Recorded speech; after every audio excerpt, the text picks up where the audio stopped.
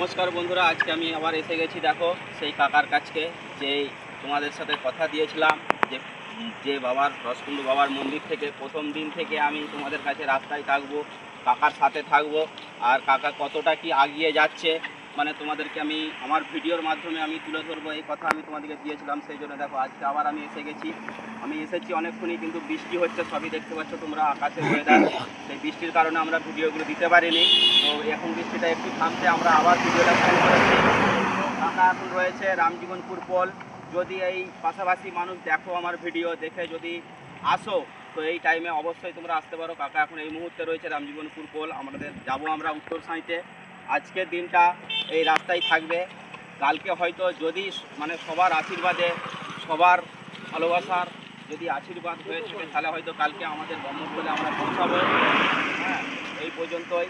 তো তোমাদেরকে বলবো যে আমার অনুপ কাকাকে তোমরা সবাই বেশি বেশি করে ভালোবাসা দাও, আশীর্বাদ করো, যেন যে মনের আশাটা সে মনের মধ্যে রেখে একটা মানে প্রতিজ্ঞা করেছিল যে আমি রসকুন্ডু বাবার মন্দির থেকে আমাদের সাঁইতের যে বাবার মন্দির আছে সেই মন্দির পর্যন্ত আমি দণ্ডি কেটে আসবো। সেই দেখো আজকে এখন পর্যন্ত আজকে 5 দিন চলছে।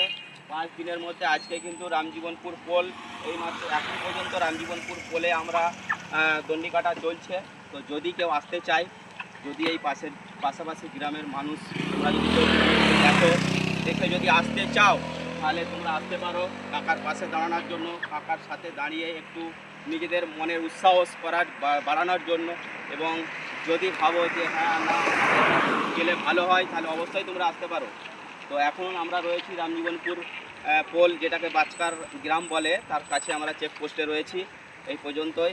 এখন বৃষ্টির জন্য একটু আমরা দাঁড়িয়ে গেছিলাম, বৃষ্টিটা থেমে যেতে আকাশের ওয়েদার তোমরা দেখতে পাচ্ছ যখন মেঘলা হয়ে রয়েছে, তার সত্ত্বেও কিন্তু আমরা আবার এখান থেকে শুরু করেছি।